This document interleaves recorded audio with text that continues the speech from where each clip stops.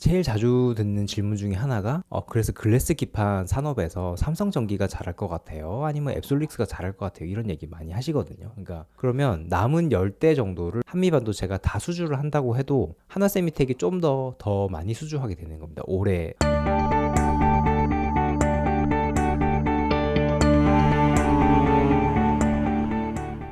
안녕하세요. 한 주간의 테크 이슈를 정리해드리는 안석현의 테크나들이 5월 셋째 주 시간 시작하겠습니다. 오늘은 반도체 글래스 기판하고요, 반도체 장비, 반도체 소재 이렇게 세 가지 소식을 하나씩 가지고 와봤습니다. 첫 번째 소식은 SKC 앱솔릭스 관련된 내용인데요. 앱솔릭스가 미국에서 보조금 4천만 달러를 수령했다는 내용입니다. 4천만 달러면 한 560억 원 정도 되는 건데, 원래 이 약정을 했던 게 작년, 그러니까 2024년 12월이었었거든요. 근데 이때만 해도 조 바이든 대통령이었기 때문에 트럼프 대통령으로 바뀌고 나서 과연 이걸 받을 수 있을까 되게 의구심이 들었던 게 사실입니다. 근데 일단 어쨌든 절반을 미리 수령을 했고요. 총 약정 금액이 7,500만 달러였기 때문에 한 3,500만 달러 정도 남아 있습니다. 이게 그래도 좀 적절한 시점에 나왔다고 볼 수 있는 게, 왜냐하면 최근에 시장에서 SKC 앱솔릭스가 좀 상황이 녹록지 않다는 얘기가 좀 많았었습니다. 왜냐하면 이게 올해 초에 SKC가 내놓은 감사보고서 상에 나와 있는 자회사들의 실적이거든요. 근데 여기 보시면 SKC 앱솔릭스가 작년 매출이 1억 6,800만 원입니다.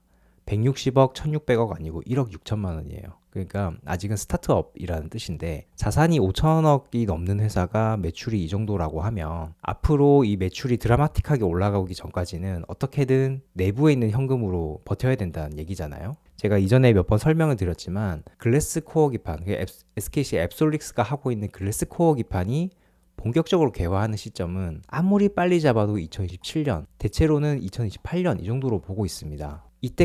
적어도 이때까지는 SKC 앱솔릭스의 매출이 드라마틱하게 늘어날 가능성이 없습니다. 그러면 지금부터 최소 2년에서 3년 동안은 사업이 아닌 다른 방법으로 현금을 창출해서 일단 버텨야 된다는 얘기잖아요. 뭐 그럼 방법이 딴 게 없죠. 세 가지밖에 없죠. 일단 증자를 하거나, 아니면 차입을 하거나, 빚을 낸다는 거죠. 아니면 보조금을 받거나. 이번에 보조금을 이제 받았으니까 남는 건 증자랑 차입인데, 차입은 이미 좀 많이 한 것 같습니다. 여기 보시면 2,320억 정도가 이제 부채로 잡혀 있고, 자본 대비 한 80% 정도 되거든요. 85% 정도 되기 때문에 여기서 뭐 더 많이 엄청나게 날 가능성은 별로 없는 거고, 그럼 천상 이제 SKC에서 증자를 해서 도와주는 수밖에 없겠죠. 근데 지금 SKC의 상황이 좀 녹록지가 않습니다. 앱솔릭스랑 같이 SKC의 자회사로 있는 여기 넥실리스인데요. 넥실리스의 본사와 여기 해외 지사들의 상황이 나와 있죠. 여기 보시면 본사에서 작년 한 해 동안만 2,083억 원의 손실이 났습니다.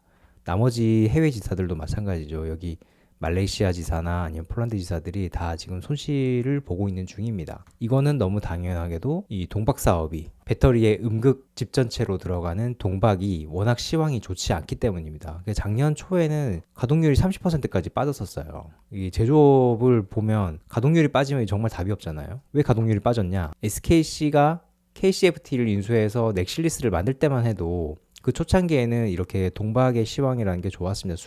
공급이 좀 모자라는 그런 시점이었는데, 그 이후로부터 보면 계속해서 수요는 뭐 약간 리니어하게 늘어나는데 공급은 아주 크게 늘어나고 있죠. 그래서 이 폭이 점점 커지고 있습니다. 그러니까는 수요 대비해서 공급이 훨씬 더 크게 늘어나고 있는 거죠. 이게 앞으로 최소 한 2년, 3년 동안에 좁혀들 가능성이 거의 없습니다. 그러면 SKC가 이 넥실리스를 포기하지 않는 한 계속해서 여기에 설비 투자 비용이 들어갈 수밖에 없고, 그러자면 이 회사들에 계속해서 자금이 들어갈 수밖에 없을 텐데 과연 앱솔릭스에 얼마만큼 진심으로 도와줄 수 있겠느냐, 이런 얘기가 돌고 있었던 겁니다. 근데 마침 이제 미국 정부에서 보조금이 나왔기 때문에 한동안은 또 그런 루머가 돌지 않겠죠. 앱솔릭스가 사실 국내에서 가장 먼저, 어찌 보면 세계적으로 가장 먼저 글래스 기판이라는 이 씬에 불을 붙였고 제일 먼저 양산 투자를 한 것도 사실이기 때문에 그냥 상징적인 회사로 지금 자리매김하고 있습니다. 그래서 제가 뭐 투자자분들 모여 계시는 세미나나 이런 거 이렇게 가서 얘기를 하다 보면 제일 자주 듣는 질문 중에 하나가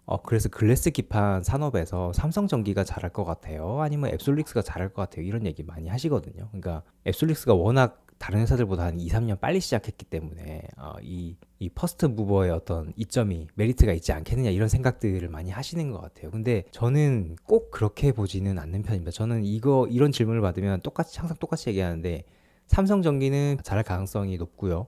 앱솔릭스는 퀘스천입니다. 퀘스천이라는 게 못할 것 같다가 아니고 제가 잘 모르겠다는 겁니다. 왜냐하면 삼성전기는 이 그래도 반도체 기판 산업의 4위 업체입니다. 그러니까 일본의 이비덴 신코 그리고 대만의 UMTC 그 다음 회사가 이제 삼성전기잖아요. 근데 이 삼성전기가 하고 있는 반도체 기판을 만드는 과정이 여기서부터 여기까지 중에 요 뒤의 과정은 똑같습니다. 지금 하고 있는 업무랑 똑같아요. 근데 요 앞에만 이제 좀 약간 바뀌어서 변형을 하면 글래스 코어 기판 요 오른쪽에 보시면 이걸 만들 수 있는 거잖아요. 어떻게 보면 삼성전기는 전체 과정 중에 3분의 1을 먼저 먹고 가는 거고 앱솔릭스는 여기서부터 여기까지를 지금 다 새로 개발해야 되는 상황이거든요. 사람도 부족하고 돈도 부족하고 기술도 부족하고 그런 상황에서 앱솔릭스가 더 잘할 것 같아요 라고 제가 차마 말을 못하는 거죠. 그래서 그분들은 투자하시는 분들이기 때문에 그럼 삼성전기 벤더들의 투자를 하는 게 더 안정적이겠네요. 저한테 이렇게 여쭤보시는데 뭐 저는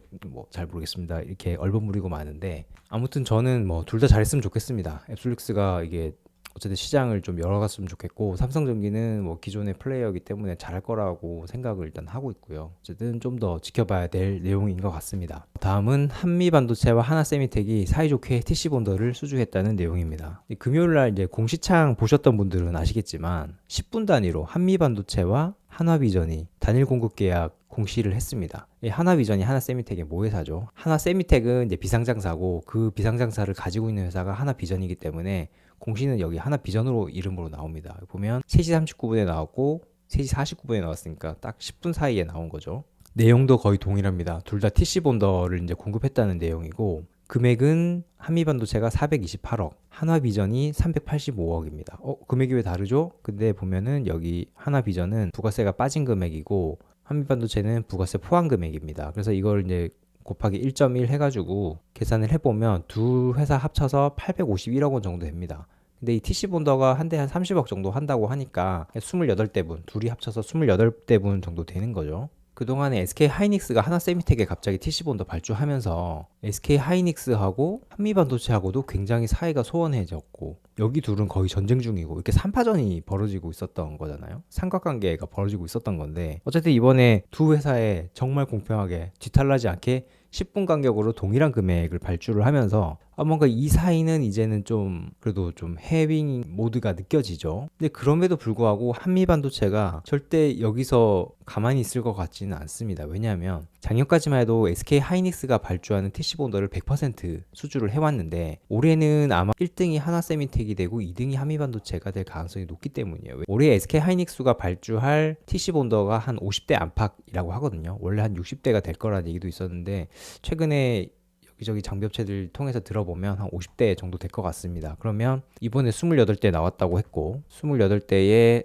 하나세미텍이 3월에 420억 원어치 선발주를 먼저 또 받았죠. 그럼 이게 이제 12대라는 얘기도 있고 14대라는 얘기도 있는데 뭐 12대라고 보고 더해보면 어쨌든 지금 40대 정도 나온 거잖아요, 발주가. 그러면 남은 10대 정도를 한미반도체가 다 수주를 한다고 해도 하나세미텍이 좀 더 많이 수주하게 되는 겁니다. 올해 이제 SK하이닉스 향 TC본더 경쟁에서. 그래서 한미반도체는 어쨌든 지금 SK하이닉스하고는 좀 분위기가 좀 헤빙 모드로 가는 것 같은데 한화그룹하고는 아주 또 전면전을 시작을 하고 있습니다. 특허 소송하고 있는 건 아마 다 잘 아실 테고 원래 한미반도체 구내식당 이제 관리를 아워홈이 했었나 봐요. 근데 이번에 아워홈이 한화그룹에 인수가 됐죠. 그러면서 여기가 이제 한 식구가 되니까 야 우리는 아워홈도 집에 가 이렇게 해가지고 계약을 조기 종료해버렸답니다. 이게 정말 싫은가 보죠. 그래서 말씀드린 것처럼 원래 SK하이닉스와 한미반도체와 한화가 이렇게 싸우고 이렇게 싸웠는데 여기는 좀 헤빙 모드고 여기는 더 심하게 이제 싸우는 그런 양상으로 조금 더 변하고 있다. 자, 마지막은 SK 반도체 재료 회사들은 왜 SK 건설 밑으로 들어가나에 대해서 좀 알아보겠습니다. 뉴스 보셔서 아시겠지만 주 SK 그러니까 지주사 밑에 있던 반도체 소재 회사들 4개가 이번에 SK 에코플랜트 자회사로 편입이 됩니다. 이 SK 에코플랜트는 좀 이름이 좀 낯설시죠. 이게 옛날에 2021년까지는 SK 건설로 불렸었는데 21년도에 이름을 에코플랜트로 바꿨죠. 근데 SK 건설은 요 오른쪽에 보시는 SK 뷰라는 아파트 브랜드를 가진 회사입니다. 이제 좀 친숙하시죠? SK 뷰는 뭐 여기저기 다니시면 많이 보이시니까. 사실상의 건설사인데 왜 갑자기 요런 반도체 소재 회사들 데리고 가나? SK 트리캠, SK 레조낙, 그리고 SK 머티리얼즈 퍼포먼스, SK JNC 요 4개 회사거든요.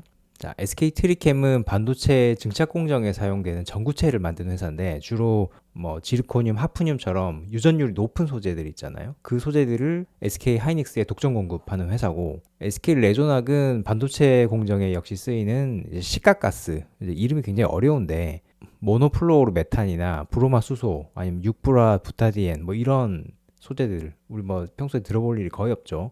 이런 소재들을 또 역시나 SK 하이닉스에 공급하는 회사고, SK 머티리얼즈 퍼포먼스는 포토레지스트, 그러니까 이거 그나마 가장 좀 많이 들어본 재료죠. 포토레지스트를 SK 하이닉스에 역시나 공급하는 회사입니다.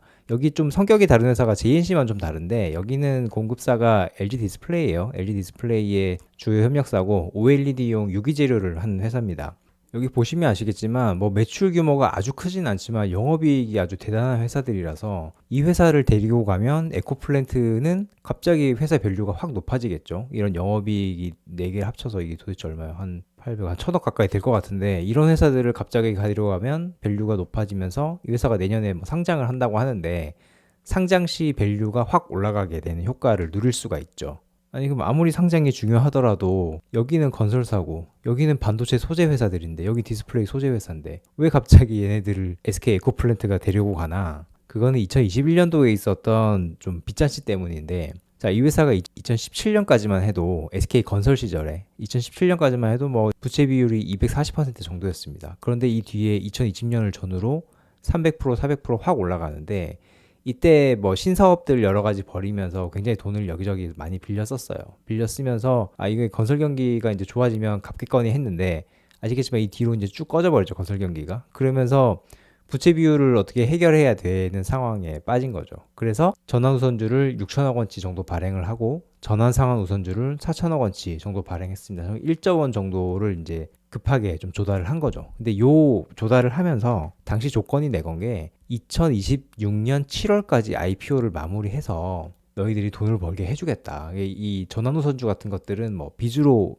원금을 받을 수도 있고 아니면 주식으로 바꿔갈 수도 있잖아요. 근데 주식으로 바꿔가는 게 훨씬 이익이죠. 그러려면 상장을 해야 되기 때문에 어떻게든 이 에코플랜트의 밸류를 높여야 되고, 근데 회사가 지금 건설 경기는 좋지 않고 신사업도 신통치 않고, 그럼 어떻게 해야 상장을 할 수 있을까 생각해 보니, 주 SK에 있는 돈 잘 버는 자회사들을 데리고 와야 되겠다. 이렇게 해서 SK 트리캠, SK 레조낙, SK JNC, SK 머티리얼즈 퍼포먼스를 여기서 아래로 내리게 된 겁니다. 저는 요런 M&A 스토리, 그러니까 국내 M&A 스토리를 들으면 좀 뭐랄까, 이제 좀 고만하자라는 생각이 좀 드는 게, 물론 다른 나라 회사지만 뭐 구글이니 애플이니 뭐 메타니 뭐 이런 좀 잘 나가는 회사들, 해외 기업들 들어보면 M&A라고 하는 게 정말 전략적으로 우리 회사의 경쟁력을 높이기 위해서 단행을 하는 거잖아요. 그래서 굉장히 이 M&A를 전후로 회사의 어떤 퀄리티가 확 달라지거나 아니면 밸류가 확 높아지거나 뭐 이런 걸 볼 수가 있는데,